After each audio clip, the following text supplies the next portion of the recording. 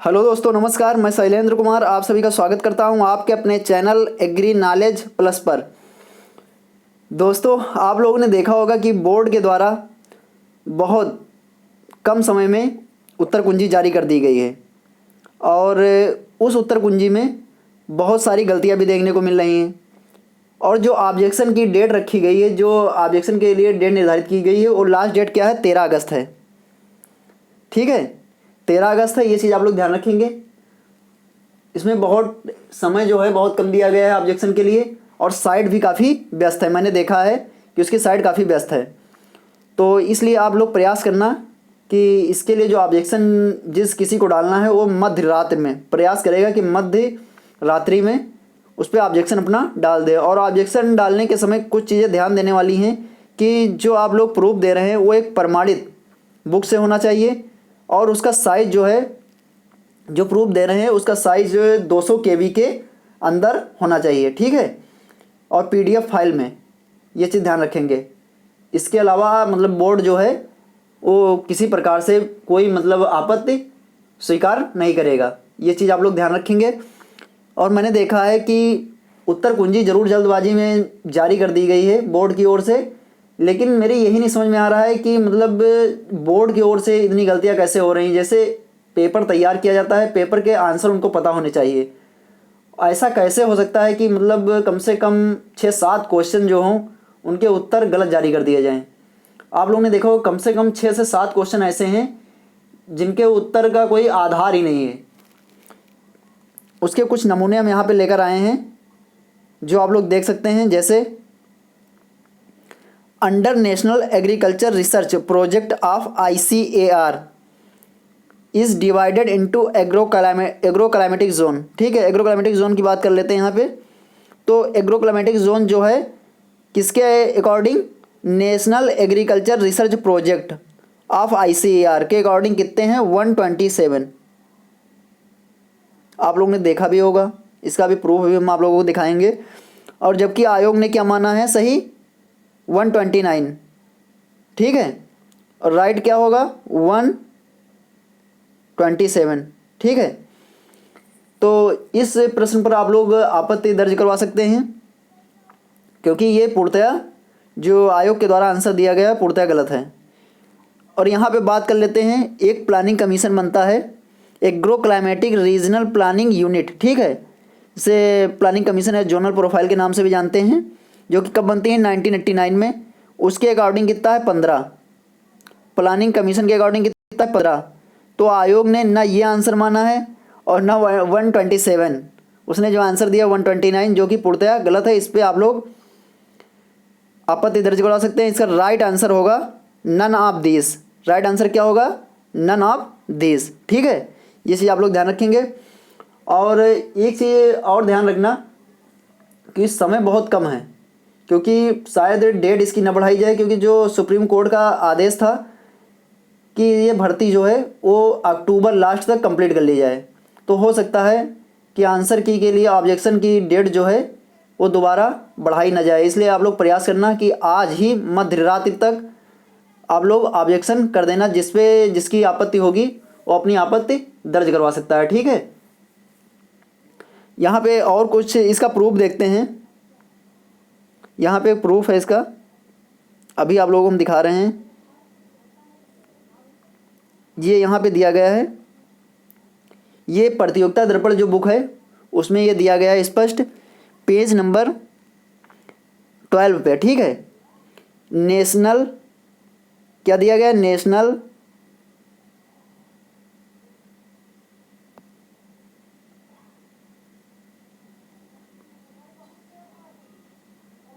ये national agriculture research project NARP, यही question exam में पूछा गया था के अकॉर्डिंग मतलब कितने सेंटर होने चाहिए? Agroclimatic zone 127। ठीक है, लेकिन वहाँ पे आयोग ने क्या माना? 129। इसलिए ये पूर्णतया गलत है। ये प्रतियोगिता दर्पण जो बुक है उसमें पेज नंबर 12 पे दिया गया है। सॉरी, 12 पे नहीं है, 13 और 14 पे। किस पेज नंबर पे है? पेज नंबर 13 और 14। ठीक, उस पर आप लोग देख सकते हैं। और इसको एज अ PDF सबमिट कर सकते हैं, ठीक है, ऑब्जेक्शन में। आगे बढ़ते हैं और देखते हैं question. Seed act was passed in which year? 1955, 1960, 1966, 1970। देख लीजिए यहाँ पे सब लोगों को पता है कि जो सीड एक्ट आया था वो कब आया था? 1966। और लागू कब हुआ था? लागू हुआ था 1969। लेकिन आयोग ने आंसर क्या माना है? 1960, जो कि पूर्णतया गलत है, ठीक है। इस पे भी आप लोग आपत्ति दर्ज करवा सकते हैं और इसके लिए भी कई बुकों में दिया गया, लेकिन हम एक बुक का नाम बता रहे हैं यहाँ पे। अरुण कत्यायन की एक बुक है, अरुण कत्यायन की बुक है जिसमें ये दिया गया है, ठीक है। और ये किस पार्ट के अंतर्गत है ये भी आप लोगों को बता दे रहे हैं। इसका एक पार्ट है इसी बुक में सीड का, ठीक है। सीड का एक चैप्टर दिया गया है वहाँ पे, सीड टेक्नोलॉजी, पेज नंबर 102-12 पे, ठीक है। ये चीज़ आप लोग देख सकते हैं, वहाँ से इसका आपको प्रूफ मिल जाएगा और वहाँ से इमेज आप लोग क्लिक करके इसे अपलोड कर सकते हैं, ठीक है। समय का ध्यान रखना क्योंकि समय बहुत कम है। और नेक्स्ट देखते हैं, colostrum is a rich source of glucose, protein, minerals, all of this. देखिए यहाँ पे देखा जाए तो जो कोलेस्ट्रम होता है यानी खीस जो होती है, खीस में कोलेस्ट्रम क्या होता है? जो गाढ़ा पीला दूध, माँ का पहला गाढ़ा पीला दूध होता है, वही क्या कहलाता है? खीस कहलाता है। और इसमें ग्लूकोज की भी मात्रा काफ़ी होती है, प्रोटीन की भी होती है और मिनरल्स की भी होती है। इसका राइट आंसर होना चाहिए ऑल ऑफ दिस। लेकिन आयोग ने इसका आंसर क्या जारी किया है? आयोग ने जारी किया है इसका राइट आंसर प्रोटीन। इस पर भी आपत्ति की जा सकती है, अगर आप लोगों को प्रूफ कोई मिल रहा है तो इस पर भी आपत्ति आप लोग दर्ज करा सकते हैं, ठीक है। इसके अलावा और भी क्वेश्चन हैं, ये तो सिर्फ एक नमूना है जो आयोग के द्वारा जिन पे मतलब गलत आंसर जारी किए गए। Headquarter of Indian meteorological department and, इसमें न्यू दिल्ली, बेंगलुरु, पुणे या लखनऊ। इसका राइट आंसर क्या होना चाहिए? न्यू दिल्ली इसका राइट आंसर होना चाहिए। लेकिन आयोग ने इसका राइट आंसर क्या माना है? पुणे माना है, जो कि पूर्णतः गलत है। क्योंकि इसकी स्थापना जब होती है तो ये कहाँ पे होती है? कोलकाता में। कोलकाता से पुणे शिफ्ट किया जाता है, पुणे से बाद में कहाँ शिफ्ट कर दिया जाता है? न्यू दिल्ली। और प्रेजेंट टाइम में कहाँ पे है हेडक्वार्टर इसका? इंडियन मेट्रोलॉजिकल डिपार्टमेंट का न्यू दिल्ली में है। इसका राइट आंसर क्या होना चाहिए? न्यू दिल्ली होना चाहिए। लेकिन आयोग ने क्या माना है? पुणे माना है, जो कि गलत है। इस पर भी आप लोग आपत्ति दर्ज करवा सकते हैं, ठीक है। और यहाँ पे और बात कर लेते हैं कुछ क्वेश्चन की, जैसे hypogeal germination is found most of monocot, most of dicot, most of monocot and some dicots, और लास्ट है most of dicots and some monocots. इसका राइट आंसर होना चाहिए most of monocots and some dicots. मतलब इसका कि कुछ एक बीजपत्री और कुछ, अधिकतर एक बीजपत्री और कुछ द्विबीजपत्री, ठीक है। इसका राइट आंसर होना चाहिए अधिकतर एक बीजपत्री और कुछ द्विबीजपत्री में क्या होना चाहिए?